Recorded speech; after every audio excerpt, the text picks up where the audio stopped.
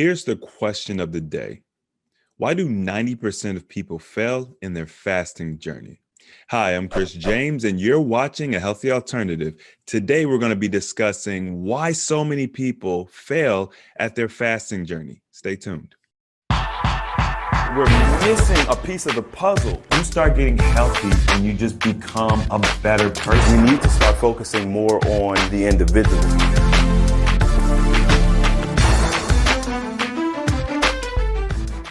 Before we get into the video today, I just want to say thank you to everybody in the community who's been contributing to the progress of the app. We have a really big meeting with the developers this upcoming Tuesday. I'm really excited to see some progress. And of course, this update is going to be a pivotal moment for us, seeing, when the production of the app is really going to be looking to be fulfilled and all these things. So really excited. Thank you for everybody who has decided to contribute. If you want to learn more about the app, make sure to check out the link in the description box below. So today I wanted to talk about why 90% of people seem to fail at their fasting journey. And I've kind of boiled this down to kind of one overarching reason, putting a couple of different things together. So number one, or 1A, is not having understanding of what fasting is capable of, not having understanding of how to go into a fasting journey, not really understanding the journey part of the fasting journey. And then part 1B, I would say, is actually belief, not believing that it's going to work, not really believing that you can achieve it, not really believing that what you're doing is going to make a difference. And belief is extremely powerful.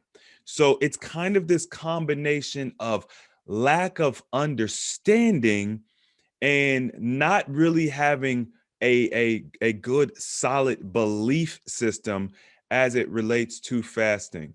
Now, one of the exercises I like to do with our 40-day wellness class is we like to really develop a solid reason why we want to fast. But sometimes in order to develop a solid reason why you want to fast, you have to know what are the benefits of fasting. What is it that you can actually get out of it? If you understand what fasting does for you, holistically speaking, then it might help you to determine, what you personally can get out of it. And I want to be very clear. When you're developing your reason why you're going through this journey, it needs to be something extremely personal. You could call it selfish, whatever the case may be, but you need to be at the top of the priority list when it comes to why you're doing this. I know oftentimes we'll do this for friends and family and mothers and sisters and brothers, but you need to be doing this for you. Because if at any point your motivation or your muse, or however you kind of want to say it, is removed from your life, whatever the thing that helps motivate you to do this, if it's ever removed, then where are you going to be without your motivation? So you want your motivation to be very personal.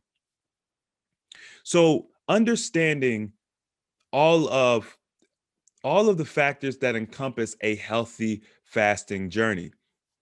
Well, starting with the phrase fasting journey, what does that mean? It means that this is something that you're going to be doing over a very long period of time. Me personally, I changed my perspective on fasting a long time ago and decided, you know what, this is a lifestyle change. I highly encourage you all to approach it from a similar perspective. It really helps solidify everything you're doing and makes it concrete in your mind that, hey, this isn't just something we're doing for, quick thrills to lose some weight for whatever. This is something that we're incorporating into the fabric of our lifestyle, because when you have that perspective on it, you approach it more seriously. I feel like it's really easy sometimes to just get by on things. Like if you're taking a test or, doing a project or even completing some work for your company, it's easy to just get by. But if you know that the foundation you're laying is actually going to set you up for the rest of your life, I would imagine you would approach it a little bit differently. And at least I do. So, number one, I think we really need to look at this as a journey and a lifestyle change. And what that means is we need to study, we need to understand. I talk about a lot of benefits of fasting. Okay, I think I even have a video called "The Benefits of Fasting." So it's easy to understand, see like some of the benefits of fasting. But keep in mind that we are mental, physical, and spiritual beings, or we when you're looking at the holistic being, there are benefits throughout all of these things. So one of the benefits of the holistic fasting journey is that if you were ever at any point in time traumatized, whether it be verbally, physically, or otherwise, you are holding on to that trauma energetically. So now we're talking about our energetic being. You could also be talking about the mental side of it, right? Replaying whatever happened over and over, allowing what happened to you to dictate your actions in present time. You do not want past trauma dictating your current thoughts and actions, and you certainly do not want past trauma sitting with you, energetically speaking. Both of these things can cause issues, as you look to manifest whatever it is that you want out of life. Okay. So, one of the benefits that is it's so often looked over is the energetic healing, the mental healing that comes along with the fasting journey. Now, the actual fast alone may not be enough to give you this complete healing. But what I have found is, at the very least, it will start the process and get you on the path and allow you to have a deeper understanding of what the problem is so that you can seek the solution, right? So for me personally, as I was going through this journey, my mind was open and it was more receptive to the benefits of utilizing other types of therapies. Whereas before, I just didn't care. I just simply did not care. So the actual fasting journey helped put me in a mental state where I was open to doing some of these other practices. I never really journaled before fasting. Like I did a little bit, but only for educational purposes. I never tracked how I felt. So I think I might have mentioned to you all over the past maybe 3 weeks or maybe about 2 weeks ago, I was dealing with some weird energy. I felt very frustrated and overworked, and I just was feeling weird. Old Chris wouldn't really have had the wherewithal to like understand what was happening to any level. I just would have probably been annoyed at my friends and family, and people would just be calling me mean. But I feel like because I was able to uh, notice that my mood had changed, that my energy had shifted, I was able to put effort towards rectifying it. And I do that many different ways, but one simple technique is, number one, identifying that you have this issue. Number two, doing a check on yourself. Okay, Steve calls them MEP checks, where you're going to check your mental, your energetic, your physical, and your spiritual. And you're going to check yourself, and you're going to ask yourself, hey, what's hurting? How do I feel mentally? Well, mentally, I'm tired, I'm drained. Physically, I feel good, right? Spiritually, I'm empty. I don't feel like I have a connection, right? Energetically, I'm all over the place. My energy is it's going to this project and that project, et cetera, et cetera. And through this process, I'm able to hone in on what part of me needs addressing. Now, all of this came from this fasting journey, but it's something that I've never could have imagined would have happened. I never could have imagined that understanding how to break this down and kind of check in on myself. Like I never could have imagined that will come from my fasting journey. There's so many benefits. It's you really, it just has to be a part of your lifestyle. That's why I really want you all to internalize this and look at it as a lifestyle. For me, understanding the mechanisms of fasting, understanding autophagy, understanding the cells. I feel like I was very disconnected from my body prior to my fasting journey. I didn't really research anatomy, and I really didn't understand that. I didn't really understand a cell. Like when I thought about a cell, old me, I thought of just like a little stack of dimes. I don't know, just a really an inanimate object that was more like a machine than anything else. My current understanding of cells is so much richer. They are almost like sentient beings themselves, all working towards the common goal of maintaining this structure, this temple, this body. They act in very individualized ways at times, but cohesively working as a single unit. It's fascinating understanding cells. By understanding more about the body and how it functions, um, it really caused me to ask more questions. Like the more you know about the body, the more questions you ask.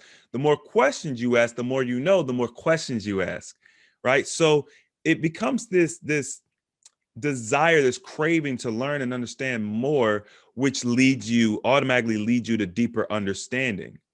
I'm able to, in real time, oftentimes, decipher and understand what's happening, how things work, how my body interacts in our natural environment because of what I've learned. So this helps to deepen my understanding of everything.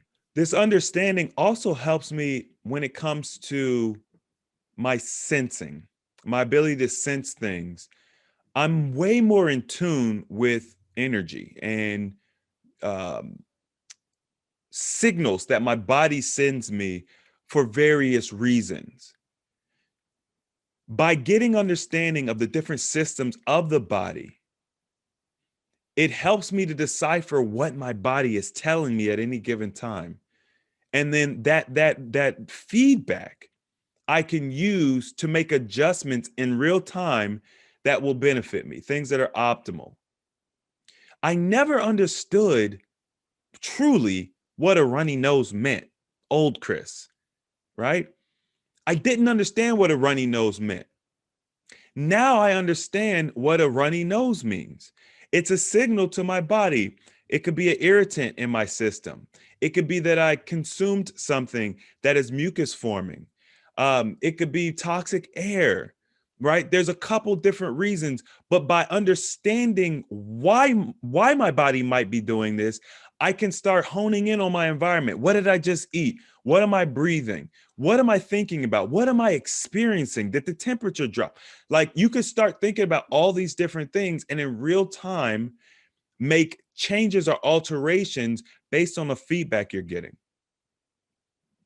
So the point of all this is just to bring a spotlight on how the fasting journey has sparked my desire to learn more about my body and how it works. Understanding autophagy and how the body will break down, old protein and material or cells and reuse them and recycle them because the body is highly efficient. And the goal is to be self-sustaining, right? And so the body has this amazing process, and this whole idea or this whole process of autophagy is powerful for healing. Understanding that the body is really what's manufacturing the tumors or the cancer, and that is in response to overtoxicity of the cells, which can come from inflammation, contamination, or improper elimination. The fact that you're not eliminating well, and if the body can produce this growth, it can also eliminate it. That's empowering. Your body's doing all of it. So this is what I mean by understanding, right? It's much richer, it's much deeper than how do I fast? And I want you all to take it a little bit more seriously. I want you to take it deeper because when you start really getting into it, you're going to see how this knowledge seeps into other areas of your life and produces richer understanding in other areas, things that you could have never predicted. So that's kind of the first piece. The second belief, the second piece is belief. And the understanding part of it helps to strengthen your belief. Now, everybody's a little different. I'm a logical thinker. So for me, understanding the mechanisms help to strengthen my belief. Some of you all have strong belief already. You just off top, you have strong belief. That's the way you're built, but you don't have the understanding.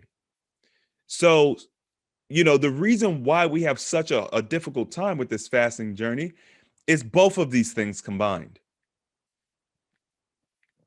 So I would say hone in on whichever one makes the most sense for you as an individual and get deeper understanding. But belief is this really going to work? I see it works for you. I see it works for, these people you bring on the channel, your brothers, etc. But is it going to work for me? Right? Understand that your belief is so powerful because it's energy. Your thoughts become the actions. Before you ever do anything, you think about it. Before a car ever existed, it was here in someone's imagination first. So in that way, we are magicians. We can bring things forth that weren't already there. That's a powerful thing. And when you have the belief in something, let's say you were the inventor of the car, you had the belief that that thing could come in and manifest in this reality. That's all you really need. Once you have the belief, now it's really just taking the pieces and putting them together, right? It's taking your understanding of physics. It's taking your understanding of energy, right? How are you going to power this thing? It's taking your understanding of, how to create the parts, and just kind of go from there. So what's very important is for you to have that experience that helps to strengthen and solidify your belief. But oftentimes we don't give ourselves the opportunity to get that experience. Why? Because we are so focused on all of the drawbacks of the overall process. The hunger pangs. I want to eat. I want to be social. This is boring. I can't sleep. We get so drawn, we get so hung up on the drawbacks that we don't give ourselves an opportunity to have that aha moment, right? That moment when you're like, oh, this works. Sometimes you have those moments, and because you're not properly recording and documenting your experience, you don't even know it.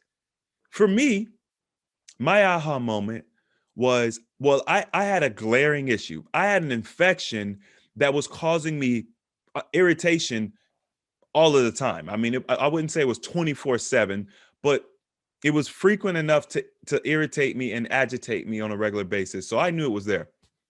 So when I started fasting, I was looking for that thing to alleviate. So maybe I was blessed in that sense that I had that big outstanding issue. Maybe the outstanding issue for you is your blood pressure. And then understanding that your blood pressure is going to fluctuate up and down through this process, but eventually it will normalize. If you understand that, then you give yourself the rope in order to test this. Let's just test it, right? Let's just check it out. Let's see if it works. And there's some supporting there. You can use plants to help support you on your journey. If you're dealing with high blood pressure, you might be taking medication for it, and you might be nervous about coming off your medication. So you can utilize the essential oils that we talk about, right? And you can then have the confidence to come off your medication if that's your choice. And then you can give fasting a real solid try, and you can monitor your numbers. And you could give it a week. You could give it 2 weeks. You could give it 30 days. You could give it 30 days, and you could see, is this working for me or not? everybody's everybody's aha moment's going to be different, right? You know what's impacting you. Maybe it's energetic, maybe it's trauma. It's different for everybody, but by understanding where you're going to see the most impact as it relates to your fasting with that particular issue, that's going to help you, because then you can hone in on that. And you're like, all right, I know that I'm dealing with massive inflammation. And based on my research and my understanding, dry fasting is great for inflammation. So now you devise a schedule, or you have a consultation with me, or whatever the case is, and we come up with something that's like a plan, an outline, a preparation period. Let's get you ready for a dry fast, and let's give you an opportunity to do some dry fasting, and let's see how your body responds to it. Let's see if you can get that aha moment where you're like, wow, I'm deflating like a balloon. Because most of us who are dealing with inflammation are all puffed up like a balloon, right? I just wanted to give you all a couple of examples of this. Obviously, I can't go into every single example or outcome, but if you have something glaring that's an issue for you, right? Just choose one thing. I feel like sometimes we want everything too fast. Choose one issue. And you know what? For the purposes of building belief, which is going to eventually help motivate you, right? You're like, I know this works. So for the purposes of building belief, choose something simple. Look, if you're dealing with cancer, I understand. You want to knock the cancer out. I got it. But along with cancer comes a host of other problems. Let's find something maybe something a little easier to see benefit from, something that you can document really quickly, so that helps build the belief in your system. Hey, this works. And now you've got the motivation to keep going, because you're like, nah, this works. This helped me with my sleep apnea, or this helped me with my high cholesterol, or whatever the case may be. And now, with that newfound belief in the process, you can start learning more. You'll absorb better. You'll be like, yeah, this is a lifestyle for me. This works, right? So at the core of our failure, just this is based on my observations, is lack of understanding and a poor belief system. These are two really powerful elements, right? We've talked about other things like preparation and those sorts of things, but I'm seeing a lot of yo-yoing. I'm seeing a lot of, I don't know, like it's I just feel like we're not going deep enough. And so through the beauty of learning from my students in the 40-day wellness course, I'm really starting to see a little bit deeper into what the core issues are, and I'm so grateful for that experience. So thank you all who participated in the 40-day wellness course, and for those who are interested in it, we're going to be relaunching the program probably in late March.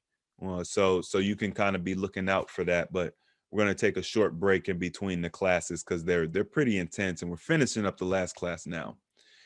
But I genuinely hope that something resonated with you. I'm always looking to touch a different part of your being, because everybody learns in a different way. Everyone is motivated differently. I'm just going to keep chipping away. I'm going to keep chipping away until our success rates get higher. I feed off of y'all's success, So I appreciate, all of the well wishes. We live here in Dallas, and we've been dealing with, winter storms and stuff, but myself as well as the brothers, we're all good. The family's good. So thank you all for asking. If you all like this video, don't forget to hit the thumbs up button. If you want to see more videos like this, don't forget to subscribe. And as always, the application of knowledge is power. And I will see you all next time.